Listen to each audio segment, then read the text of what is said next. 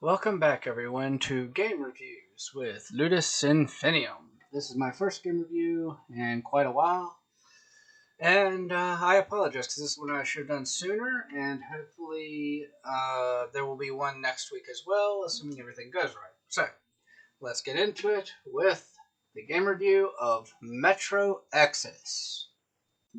So, we're going to start off with the combat. And for the combat, I give it an 8.5 out of 10. There is a good variety of the weapons. You have shotguns, you have pistols. Hell, you have shotgun pistols. You have your rifles. You can do a lot of different things with the weapons as far as mods. So there's a really good variety. And the combat is actually pretty fun. Especially when you get into your throwables, uh, the way the different weapons work, be they for close range or for long range. For instance, I really had a lot of fun with the sniper rifle when I was good enough to be able to use it right. So it's fun combat with a good variety. And here's something I liked about the combat too. I didn't know how to put this into words, but there were different kind of like arenas almost, but like different areas where you would go into a specific area and you would have to fend off waves upon waves of enemies. One of my favorites actually was the village in the trees, when all I essentially had was a crossbow and whatever weapons they draw. I think the various locations made it more tactical because you didn't just have fight in the same area over and over. You had to go down and fight the demon spiders. You had to fight you had to fight the people in the trees. You had to fight, the people on the boats. There were a lot of different areas where you had to fight, and that was really very fun. Now, the downside to this, though, and there are a few downsides to it, but like I said, I give it an 8.5 out of 10. There were very few weapons that I preferred. I preferred the sniper rifle, I preferred the main rifle, and when I finally used it at the end of the game, the weapon that essentially just shoots out either the ball bearings or the explosive ammo, because that was what it was great for.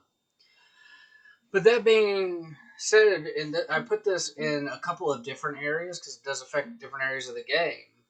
But downside to the combat is that it's overshadowed by almost a stealth preference in the story. Because if you don't do certain things stealthy, you end up losing team members, and that happened to me very early on. And I think that does overshadow the combat by actually quite a bit. Now we go into the story, and oh my god, I love the story. I love the story so much. I'm going to give it a 9.5 out of 10. And in fact, I almost gave it a 10 out of 10, but it wasn't perfect. It was very damn close, but it wasn't perfect. I'm sorry. As much as I love it, it gets a 9.5 for me. That's as close to perfect as I can get it. The pros to it was a very engaging story from start to finish. It had me hooked from the get go, and it kept me interested. There are a few games that do that, but that might be the best game at doing it for me. And I looked it up after the fact, and there's a good variation on the endings. Different, what's what I'm looking at here? Different grades based on how you do affect the ending, and that was definitely a plus for me. The downside is the good ending is essentially based on high stealth. Especially in the beginning, you got to be sneaky and not kill people. So you got to be a sneaky pacifist, and this is my way of wording it. My idea of stealth is distracting the enemy by throwing a grenade at them. If the explosion doesn't distract them being dead sure as hell will. And also, as kind of a little joke, put a negative on the story is that damn bear. As much as I hated fighting that bear, it's very much so fun to laugh at now.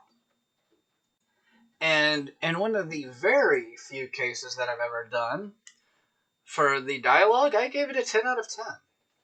I can't think of many occasions where I would give a game a 10 out of 10 on any of these scores. Um, there were really good emotional scenes because of dialogue. And I said, counter to this when I did Final Fantasy VII was that there are some games that don't need dialogue, just the musical score will be enough. But this is a game where the dialogue also really helps. The dialogue throughout Anna's sickness, with Miller's sacrifice at the end and his gradual attitude change towards Artyom over the course of the game. And the ending I got, the bad ending, the dialogue was so heart wrenching that I'm pretty sure, as most of you know, I cried a lot. Well, a lot for me. I teared up really bad, and after I stopped recording, I cried some more. So that was a really hard ending for me to get, but it was absolutely amazing at the same time. And also, the villains were written actually pretty well. Some of them were over the top, but it worked for them. For instance, you go to the cannibals. The doctor with the cannibals was a little unique, but he was really good at being creepy and really good at being almost scary. And as far as the downsides, I couldn't think of really any dialogue that made me think of it in a negative way. So, I mean, it gets a full 10 out of 10 for me on dialogue. And for the last individual category, side characters. For the side characters, I give it a 7 out of 10. There was an emotional attachment that I had to some characters. Anna, yeah, Artyom, Miller, Stefan, and Katya. However, there were some that were rather forgettable. Idiot, Sam, Crest, Tokarev.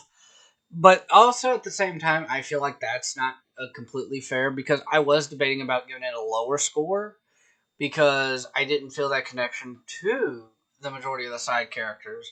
But that is mostly my fault due to the fact that, there were some like Duke who got killed off very early because of my my opinion on stealth. And also due to the fact that I really didn't go around to interact with all the characters that much, so that is mostly on me. So I decided I'll split it close to the middle of it and give it a 7 out of 10 due to the fact that I could have done more to make those interactions happen more. And we tally up all four of those scores to get an overall gameplay average of 8.75 out of 10. This is a game I loved playing. I absolutely did. And I cannot wait to play it again when I can actually get around to having enough time to devote to playing it in the way that it deserves. It really did keep me enthralled throughout, be it in the winter being attacked by demons or when I encountered the cannibals, all the way up to the end that, again, literally made me cry. I couldn't ask for a more fun time. And if and when I find it, I will probably gush over it more than this. And finally, for the way I grade it that doesn't involve a numeric score, the replayability. This game is definitely replayable. I want to replay this game so bad, and I hate it that I really can't schedule it in right now. This is a game that became one of my favorites and that I will love for an exceptionally long time, and I hope to put in many, many more playthroughs. And honestly, I hope that other people enjoy this game as much as me. I want people to be happy, and I think this is a game that, even though it really had an emotional ending, overall this game made me very, very happy to play it. But that was my game review of Metro Exodus. What did you think of it? If you've played it or if you watched my playthrough, let me know. Let me know your thoughts. Um, if you liked this game review, leave a like, leave a comment. Again, let me know. Let me know in the comment section what y'all think of this game or what y'all thought of the review as a whole. If you want to see more game reviews, I have a few more up. Due to the only game reviews I've put up would be games I have beaten on the channel, and or if you want to see some of my other comments, subscribe. Check out. Right now I have a Warcraft playthrough going on.